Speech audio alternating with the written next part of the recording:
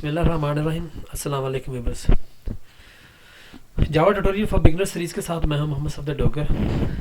तो व्यूअर्स, आज के लेक्चर के अंदर जो टॉपिक हम कवर करेंगे वो है ji relational operator and if statement using in Java. Main के रिलेशनल ऑपरेटर कौन से होते हैं और हम उनको कहाँ कहाँ यूज़ करते हैं, और उसके बाद हम देखेंगे इफ़ स्टेटमेंट को हम जावा के अंदर कैसे यूज़ करते हैं। व्यूअर्स, रिलेशनल ऑपरेटर जो है ना, हमारे पास 6 तरह के रिलेशनल ऑपरेटर है। लेस देन है, उसके बाद ग्रेटर देन है, उसके बाद हमारे पास आ जाएगा लेस देन इक्वल टू है, और उसके बाद है ग्रेटर देन इक्वल टू है, और उसके बाद आ जाएगा इक्वल टू, और उसके बाद आ जाएगा जी हमारे पास नॉट इक्वल टू। तो ये 6 तरह के ऑपरेटर्स हैं जावा के अंदर हम यूज़ करते हैं। तो इनको देखते हैं। जैसे मैं यहाँ पे वेरिएबल लेता हूँ इंटीजर n, m, और यहाँ पे मैं वैल्यू देता हूँ जी n इज इक्वल टू 10 है जी, और m इज इक्वल टू 15, और यहाँ मैं लिखता हूँ system dot out dot print ln, और यहाँ पे मैं लिखता हूँ जी n is equal to m। यहाँ पे आ जाएगा n या n is less than m, तो यहाँ पे आ जाएगा n is less than m, यानी कि n की वैल्यू जो है ना वो छोटी है m से। अगर मैं इसको रन करता हूँ तो व्यूअर्स ये देखें रिजल्ट क्या कर देगा, ट्रू रिटर्न जो है ना वो रिजल्ट कर देगा।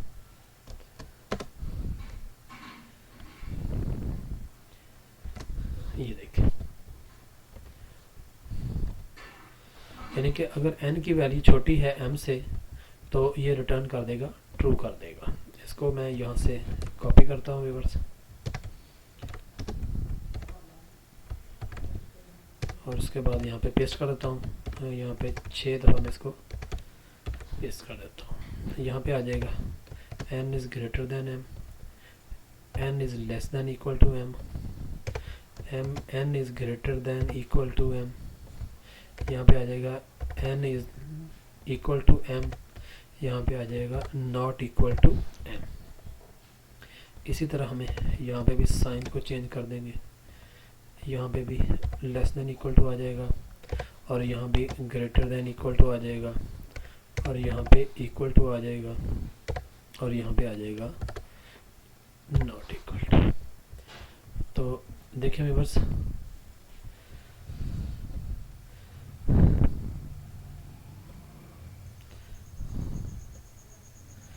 अब देखें व्यूअर्स, n की वैल्यू कितनी है हमारे पास 10 है, और m की वैल्यू कितनी है 15 है। इसका मतलब है n छोटा है m से, तो ये क्या रिटर्न कर देगा, ये ट्रू रिटर्न कर देगा।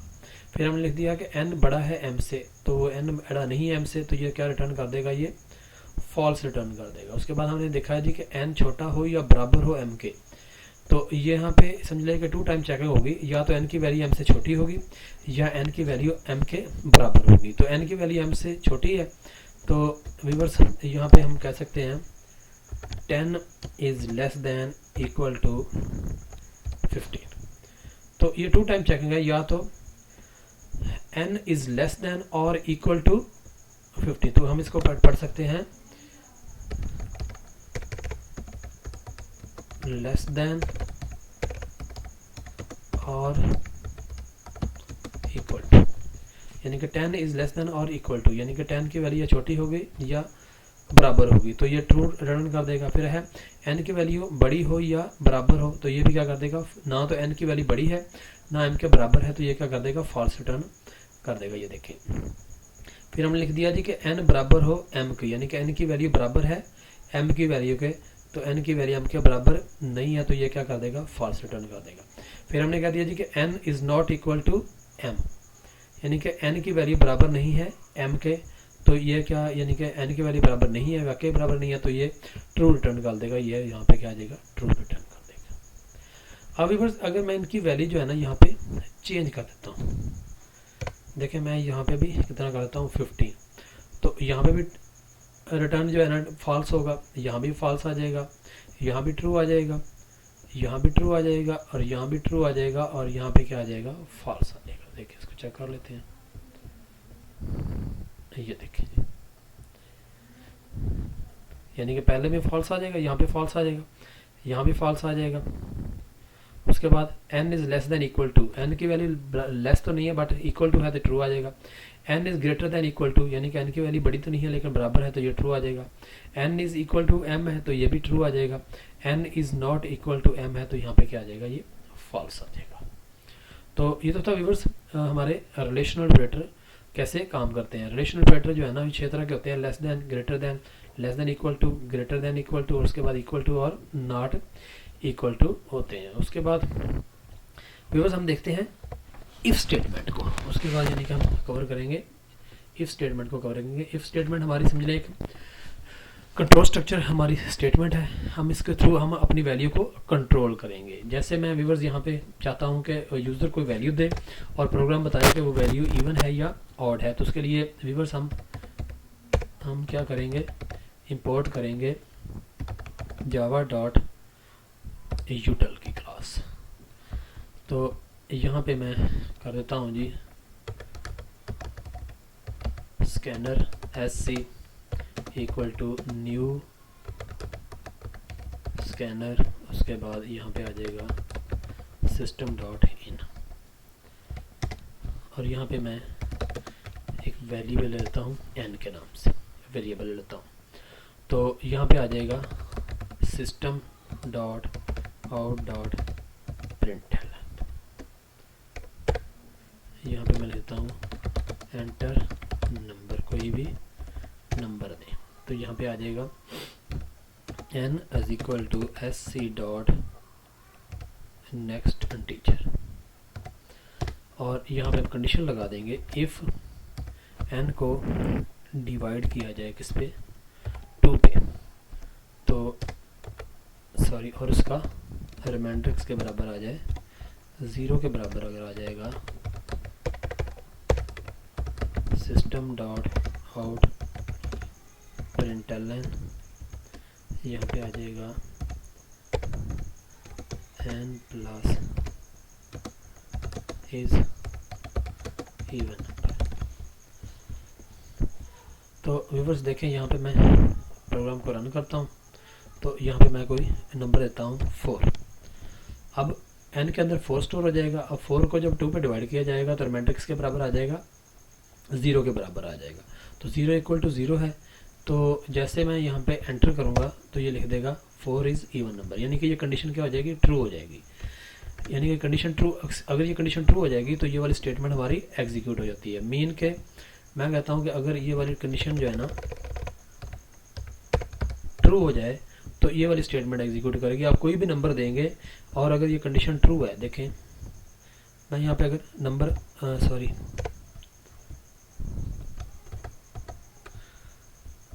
दोबारा इसको रन करते हैं, यहाँ पे मैं नंबर देता हूँ 7, तो ये तब भी 7 इज इवन नंबर, क्यों, कंडीशन हमारी ट्रू है। जब आप कोई भी नंबर देंगे तो ये वाली जो है ना स्टेटमेंट जो है ना ये एग्जीक्यूट हो जाएगी, क्यों, हमने इसको ट्रू कर दिया है। तो यहाँ पे अगर हम लिख दें, दोबारा लिख दें n को डिवाइड करें किस पे, 2 पे, और रिमाइंडर किसके बराबर आ जाए 0 के, तो हम कह देंगे कि ये नंबर क्या है जी, इवन है। देखें जी, अब देखें अगर मैं यहाँ पे नंबर देता हूँ जी 7, अब जब 7 को 2 पे डिवाइड करेंगे तो रिमाइंडर 0 के बराबर नहीं आएगा, बल्कि रिमाइंडर क्या आएगा, 1 के बराबर आ जाएगा। तो 1 इज़ नॉट इक्वल टू 0, तो कंडीशन क्या हो जाएगी, यहाँ पे फॉल्स हो जाएगी। अगर कंडीशन फॉल्स हो जाएगी तो ये वाली स्टेटमेंट एग्जीक्यूट नहीं होगी। तो अगर मैं देखें व्यूअर्स यहाँ पे अगर कंडीशन को फॉल्स कर देता हूँ तो आप कोई भी नंबर देंगे तो ये स्टेटमेंट जो है ना आपकी एग्जीक्यूट नहीं होगी। देखें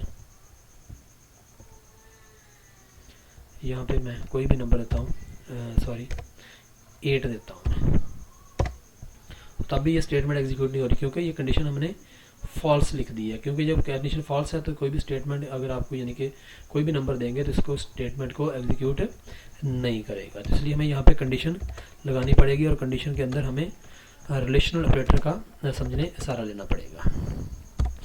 और अब देखें ना, अब अगर आप कोई नंबर ऐसा देते हैं जो नंबर इवन है तो ये समझ लें कि स्टेटमेंट तो एग्जीक्यूट होती है, बट अगर आप कोई और नंबर देते हैं तो ये स्टेटमेंट एग्जीक्यूट नहीं होती।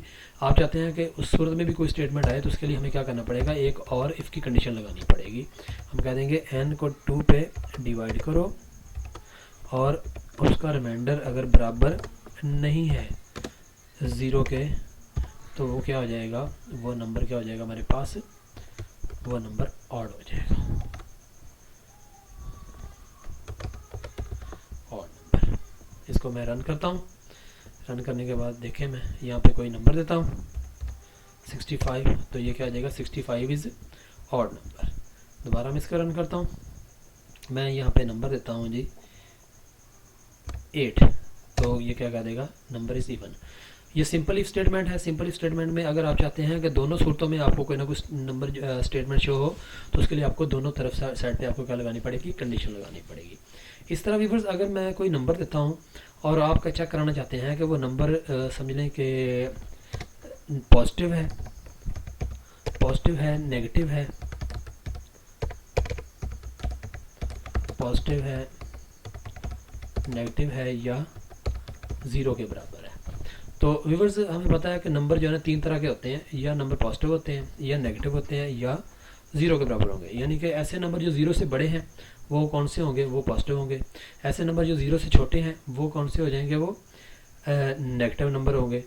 और ऐसे नंबर जो 0 के बराबर हैं तो वो कौन से हो जाएंगे, वो 0 के बराबर आ जाएंगे।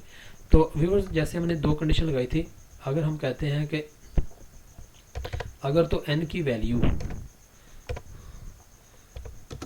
छोटी है 0 से तो यहाँ पे लिख देंगे नेगेटिव नंबर। बट अगर हम कहते हैं n की वैल्यू बड़ी है 0 से तो हम कह देंगे पॉजिटिव है। और एक कंडीशन हम यहाँ पे और लगा लेते हैं।